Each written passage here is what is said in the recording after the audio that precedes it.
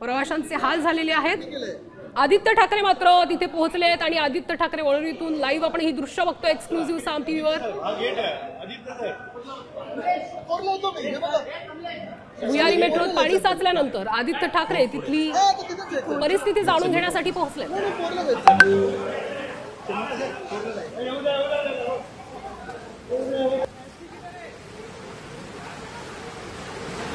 भुयारी मेट्रोतील आताची एक्सक्लुझिव्ह दृश्य आपण बघतोय की कशा पद्धतीने या मेट्रोच्या आत पाणी साचलेलं आहे आणि त्याच्यामुळे प्रवाशांची गैरसोय झाली आहे। आणि याच ठिकाणीचा आढावा घेण्यासाठी तिथली माहिती जाणून घेण्यासाठी स्वतः आदित्य ठाकरे तिथे पोहोचलेत।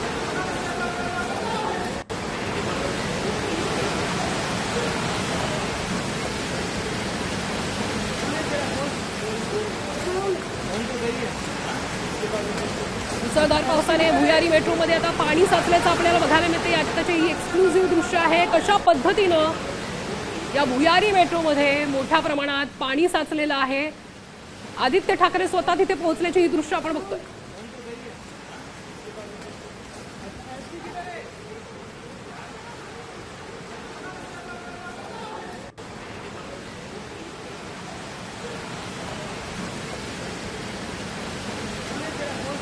मुंबईतल्या मुसळधार पावसाने भुयारी मेट्रोत पाणी साचलेलं आहे आणि कशा पद्धतीनं पाणी साचल्यानं प्रवाशांची गैरसोय झाली आहे। आणि या सगळ्या परिस्थितीचा आढावा घेण्यासाठी स्वतः आदित्य ठाकरे तिथे पोहोचलेले आहेत आणि वरळीतून आदित्य ठाकरे यांची ही लाईव्ह दृश्य आपण बघतोय। याशिवाय भुयारी मेट्रोमध्ये कशा पद्धतीनं पाणी साचलंय त्याची ही एक्सक्लुझिव्ह दृश्य।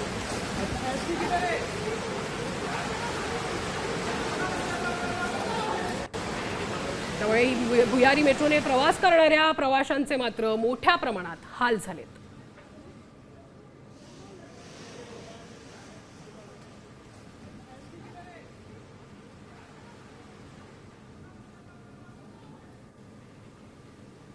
मुंबईत झालेल्या मुसळधार पावसानं भुयारी मेट्रोत पाणी साचलं आणि या सगळ्या परिस्थितीचा आढावा घेण्यासाठी स्वतः आदित्य ठाकरे तिकडे पोहोचलेले आहेत। वरळीतून ही लाईव्ह दृश्य।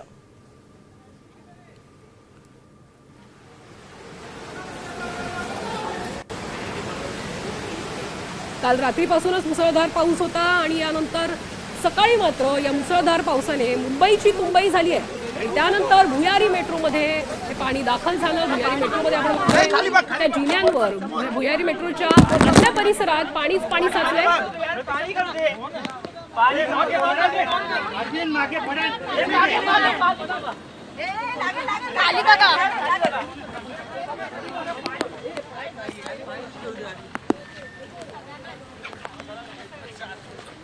आणि वरळीतल्या भुयारी मेट्रोचा आढावा घेण्यासाठी तिथली परिस्थिती जाणून घेण्यासाठी स्वतः आदित्य ठाकरे तिथे पोहोचलेत। त्याच्यावरती आपले 2 कॅमेरा आहेत यार, एकाने तर त्याचा फ्रेम केला।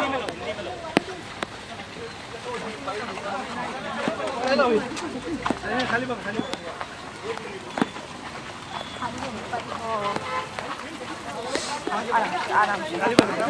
टाकाल मला खड्ड्यात।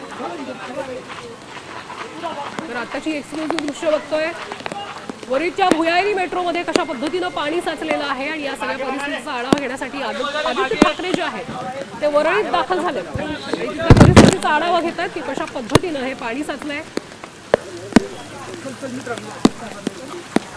काल रात्रीपासून सुरू असलेल्या मुसळधार पावसामुळे वरळीतल्या भुयारी मेट्रोत मात्र पाणी साचल्याचं बघायला मिळत आहे।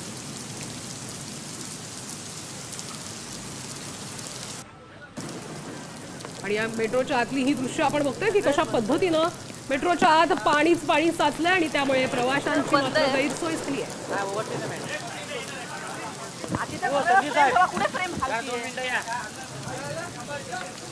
आणि या मेट्रोच्या आतली परिस्थिती जाणून घेण्यासाठी स्वतः आदित्य ठाकरे वरळीत दाखल झालेले आहेत।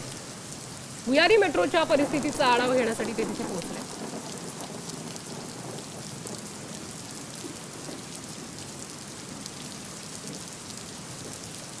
रात्रीपासून मुंबईत मुसळधार पाऊस होता आणि त्यानंतर सकाळी देखील हा मुसळधार पाऊस संततधार जी आहे ती कायम राहिली। त्यानंतर मुंबईची मात्र तुंबई झाल्याचं आपल्याला बघायला मिळालं। प्रतीक्षा बसलो आता काय मी इथे उभं राहू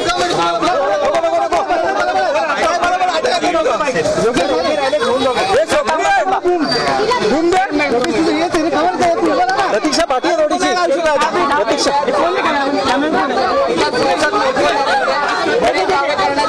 प्रतीक्षा थोड़ी पाठी है, प्रतीक्षा मागे, प्रतीक्षा पाठी है, प्रतीक्षा ऑन कर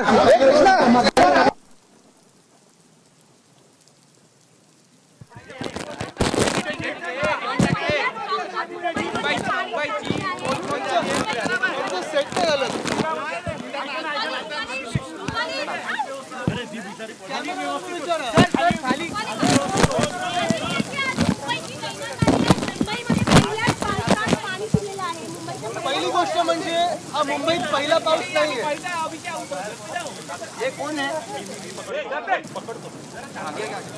मुंबईत हा पहिला पाऊस नाहीये.